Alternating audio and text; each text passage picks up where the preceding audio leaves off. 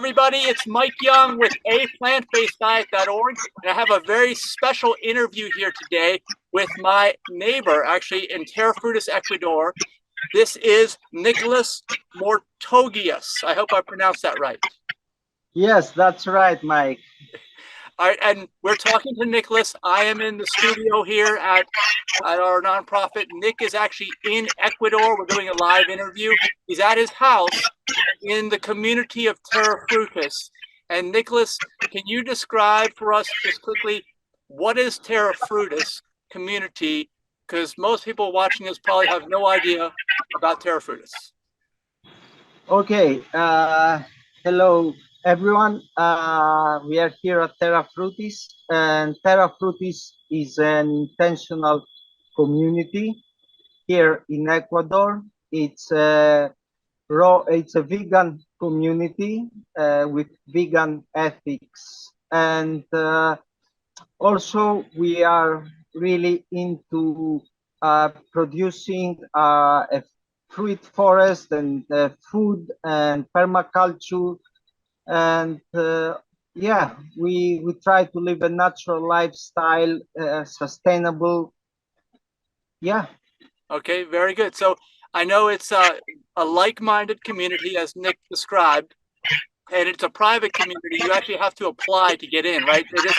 You need to make sure that it's continuing like minds so that you can surround yourself with people of similar ideas, right?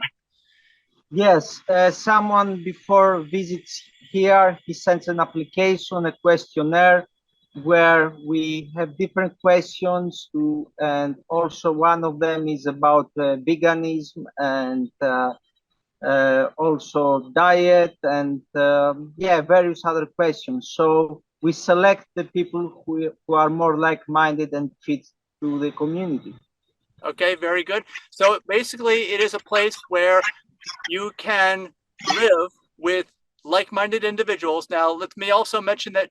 Yeah, I'm a part of the community, and also I'm living in a separate plot of land that I have bought from the community, where I have my own personal homestead lot, which I also developed with fruit trees and built a house, and also I've created a small side project, Terra Frutis center, where it's more focused on raw diet and fruits. So yeah, they are both places coexisting. Well, it's exciting because what the viewers who are watching see behind you right now is your home that you built. I know that my wife and I are also building a house right up the street from you. We're going to be neighbors.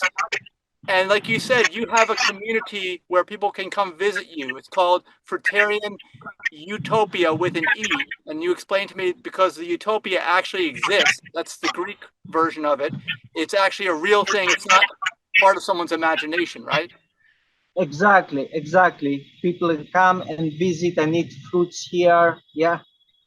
Okay, well, let's get into learning more about you, because our organization is helping, we believe, to transition the world from animal agriculture to a society that does not use animal products and is put together to optimize a person's health. And I believe that you also are very much into this health optimizing, and that's what brought you to Terra Frutis, right? So please describe to us maybe just a little bit about your history, but what you're doing now, especially, and going forward in this category of health optimization, which is rapidly developing. And we think, as people learn to take control of their health, they're going to want to learn more and more about these things and probably participate in these things. So please let us know a little about your history and where you're going.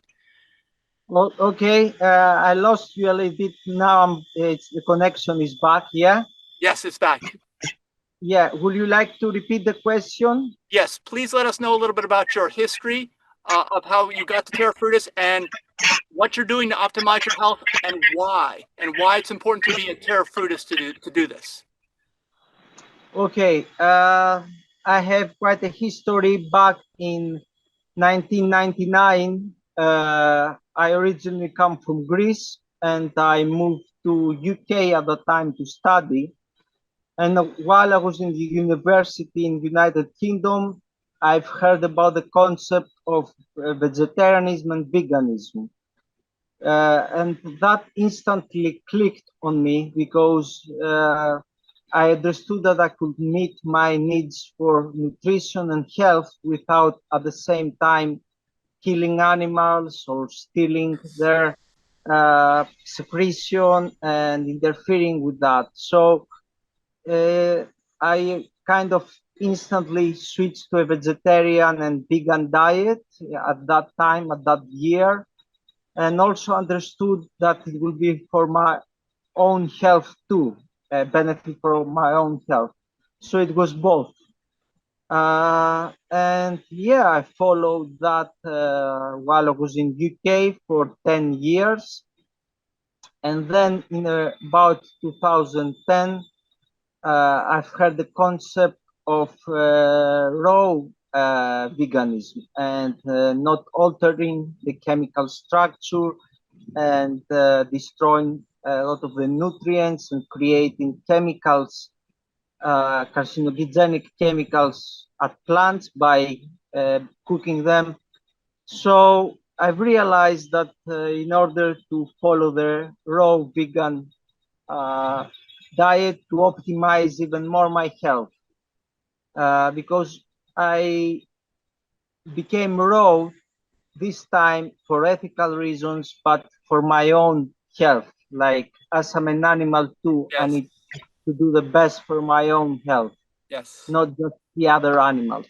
So, and then I realized that the United Kingdom at the time wasn't optimal for that type of diet. And that's why I moved back to Greece at that time in 2010 to be able to have more quality fresh fruits and vegetables, more sun, more warmth, to follow more of raw vegan foods. And then with time, I was in Greece for 10 years. And then at 2019-20, I've realized that to carry on living, eating mostly fruits, I needed to get out of the city environment and out of the city lifestyle to optimize my health more and have better quality of fruits and Yes. sustenance in this diet. So I looked around for raw vegan fruitarian communities where they exist in the world, because also the social aspect was very important to me to meet like-minded individuals. And then I found about Terra Frutis community, which is high raw. People eat mostly raw here, with some also cooking, but they eat mostly raw vegan diet. And also they focus on planting their own food here, roots, vegetable, fruit trees, um, fresh and organic. So all those were important to me. And also here in Ecuador, the climate is a lot more stable, no winters, Yes. a lot more warm, more in contact with the sun and the earth and the air, clean air and clean water. All those elements were really important for the health and optimizing my health. So yeah, I took the decision to 2019-20 to move permanently to Ecuador and Terra Frutis community. Nice. Very nice. Okay, so it sounds like you've gone through a journey, a process to get where you are, and I do believe that most folks are also doing the same thing. You know, I'm based primarily in the United States, and I feel like where we are in the United States, I'm over 50. I'm 52, and most people my age are sick. They're on some type of maintenance pharmaceuticals. I've been to a few funerals as well for people in their 50s, and it's not a very self-promoting society. So I think that for anyone who wants to recognize that there's an alternative and maybe a better way, that's what I believe anyway. That's what I think people should be interested in, where you live in Terra Frutis and where we're building a house as well.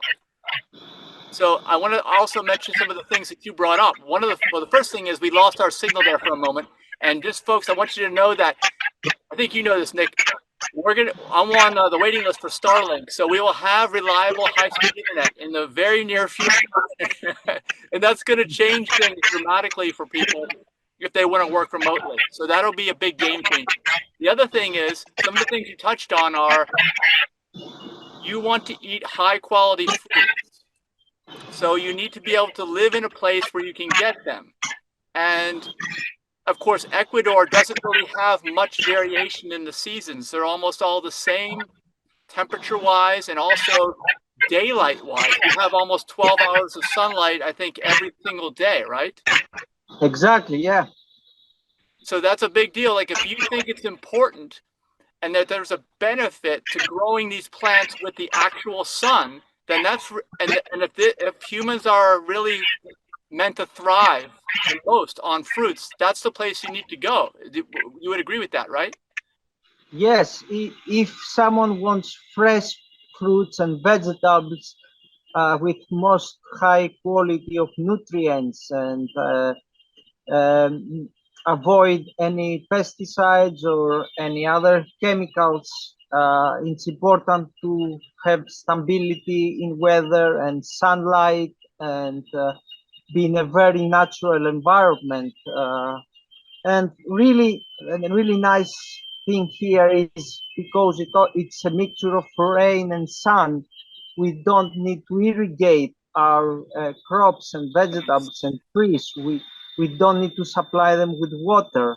Water comes from the rain freely and from streams and springs. And yeah, we don't have to care about that. That's excellent, because I believe that there is extreme value in growing plants with the sun, because a lot of times you hear about new indoor vertical farms that use artificial lights, but I know that there is nothing out there that's more powerful of an object than the sun. And the plants are designed to harness that energy and then bring that to humans in the beneficial form. So very important. Another thing that's important that you talked about is growing your own food, because you know what it is. If you buy your food at the store, then you're just taking someone's word for it. And organic is the best. I do believe organic is the best, but even better is growing without chemicals altogether, because that's even better than organic. And if you're growing it yourself, you can do that, right? Yes, exactly. Yes, and we use mostly compost here, like human compost and plant compost to fertilize our plants, and they seem to love it with the abundance of the sun and the moisture and the water that the environment provides freely. Plants here thrive and grow quick, and yeah, they produce and Nice. they So produce all year. Some of them produce all year round because it's stable season, stable temperatures, yes. and yeah, So some of it's the things, amazing. some of the things you mentioned, stable temperatures.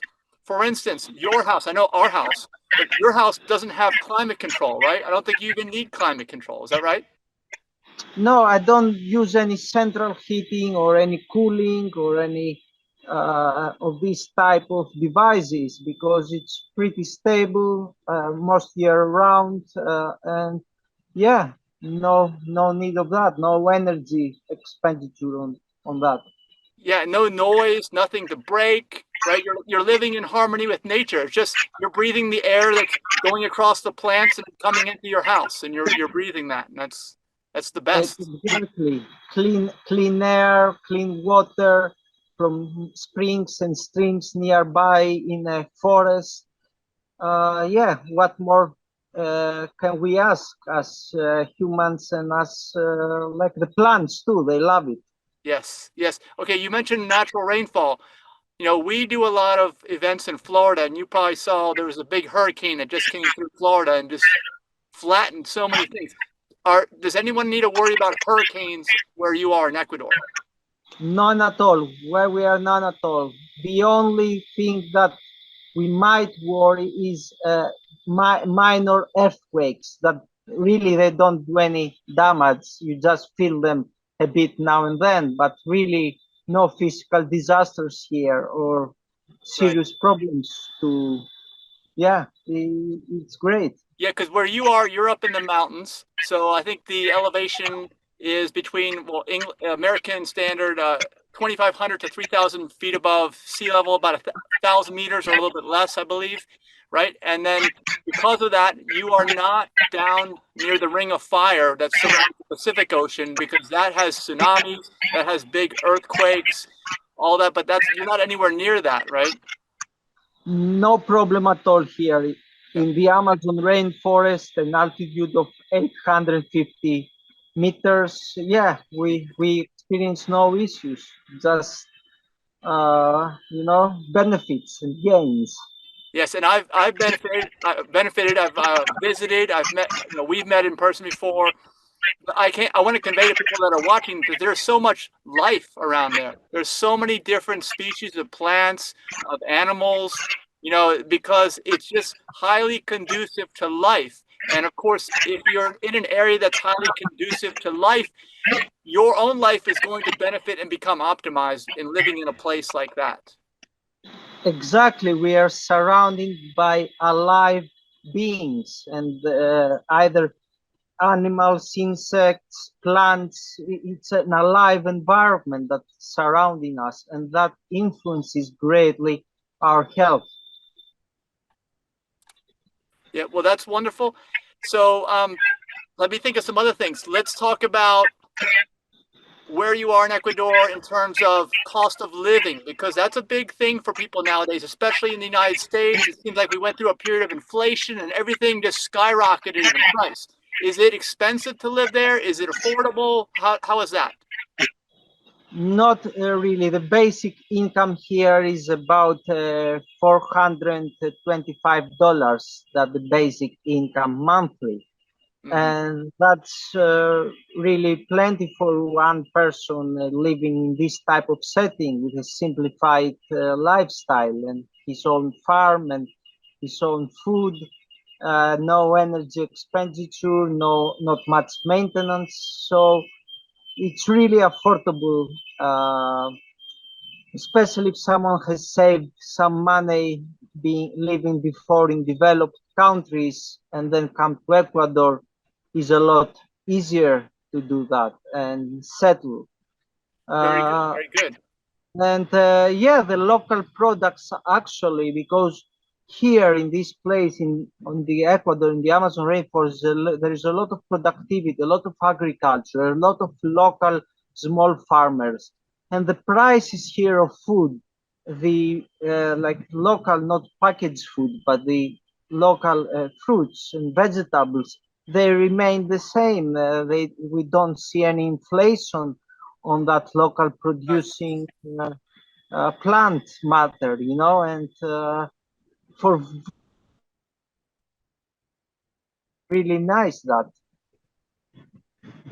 Yes, that's excellent. So everyone should consider this. I say that anyone who is interested in the lifestyle that you described, and one of the things I want to mention as well is that you are eating, since you're eating raw, you're eating fruit, you're eating actual, what I call food as grown. You are not eating what most people eat, which I describe as food-like products. Your body doesn't recognize them as food, but you're eating actual food and you're living among like minds. You're living in a place that's full of life to optimize your health. And as I mentioned earlier, that the high speed internet, because I see there's a little bit of a breaking up going on right now. That's the next step. That's the final step. And when that is in place, I think that Yeah, many more people will be interested in visiting Terra Frutis and possibly living there. yes, that although even having this Wi-Fi internet here in the jungle in the forest is pretty impressive and Yes. helps a lot, but having even more stable internet will, yeah, put us to a next level. Yes, because a lot of people, like my wife, she's working remotely most of the time, but she needs to have that. So anybody who has a job like that, and there's more and more nowadays since working remote has become almost optional for most people at least. I'm looking forward to it. I'm excited because I think that what's going to happen is this type of lifestyle, living it to the fullest, like you are doing, and optimizing your health. And of course, when you optimize your health, the biggest benefit is you feel great all the time and you don't feel sick, right? I mean, you have to tell me that, but please describe that too to people, so that, because most people don't even know what that is. Most people are Yeah, constantly going from one sickness to the next. yeah. There's no reason when someone lives according to nature and biology and natural design and species specific diet and mostly raw. There's no reason to worry really about the major diseases that exist in city environments and bring so much trouble to people. Clean air, clean water, pure clean food. Yeah, it really helps peace of mind, all that. Okay, Nick, well, you've given us a great overview. I don't know if there's anything else you want to add here, but I think this has been a very solid and quick overview of the lifestyle to kind of get people interested and maybe even want to reach out to contact you. Maybe they want to visit you over there in Terra Frutis. And I know you have a website. It's Fruitarian Utopia, but it's spelled Fruitarian and then eutopia.com. And I'll put the link down below in this video so people can click on that and find out more. Yes, there are these two places like Terra Frutis and my place, Victorian Utopia, and I think people in different stages they are in diet and lifestyle, one or the other. They can join and really experience this lifestyle for a few months, see the available land around, and yeah. Hopefully value and understand how valuable this setting is for optimum health and life. And yeah, they can adapt accordingly and possibly move to something, to an environment that will support their health. Yes, and I thank you as well for having the courage to do all this, because you've been out there really before anyone else in the personal plots area. You built your house, and actually I want to mention too, so people can kind of envision what you have. You have the coolest bath I've ever seen. You've got a flowing high mountain stream, and you had a little wall constructed across the stream that has drain holes in it. So normally it's free flowing, but you can block the holes up, and it fills up like a natural flowing bathtub. And that is the coolest thing I've ever seen. Yes, it's a natural pull on the stream. There's a constant flow, no need to maintain it much, to clean it much. It fills and empties instantly, and it's pretty natural. So that's really nice. Yeah. Yeah, because I see that, in most of the world, everyone seems to want to be like Americans. They want to get in their hot tubs, but when you think about what those are, they're just baths of chemicals, right? And people are sitting in them. I mean, what you have is the exact opposite in the right direction, and it's really what people wish they could have, or maybe they don't even know it's available, but you have it right there. Yes, and I would like to add also that veganism, like living in a city, following a vegan diet and vegan ethics, is a first step to health. And but then with time, we because need to look also after our own optimal health. In order to achieve that, in my opinion, we need to be part of a natural environment, as close to nature and living beings, plants, among them, and live in a really natural environment, not organic environment, not inorganic, that environment of cities and concrete and all that. So if we want to care, like it's the next step of veganism, to care about the Yes. human animal, the optimal health. Yes. Well, Uh, and yeah, and then after that, the next step of veganism, in my opinion, is to understand that we need to leave the cities and come back to simple life and nature and grow our own food, because we have so much environmental impact living in cities as vegans. And I Yes. think it's not the ideal part of the ideal concept, because we try to minimize the harm as much as possible. So at some point, Yes. it's a next step of the vegan morals and ethics to be part of nature and grow our own food and live a simple lifestyle. Yes, and you're doing that, so thank you so much. And I want to let people know too that I'm going to be there in January. Denise and I, my wife, we're going to be doing some in-person interviews with Nick. Hopefully, you can show us around, and we will have more information for you there. So let us know in the comments any questions you have for Nick and anything you want us to show you when we're in Ecuador at Terra Frutis in January. So thank you, Nick. Thank you so much for talking with us and showing the example for everyone out there for a thing that I think most people didn't even know existed until they watched this video today. Yes, thank you, Mike, for hosting me, and all the best to everyone watching. All right, you're welcome. Bye-bye. Bye.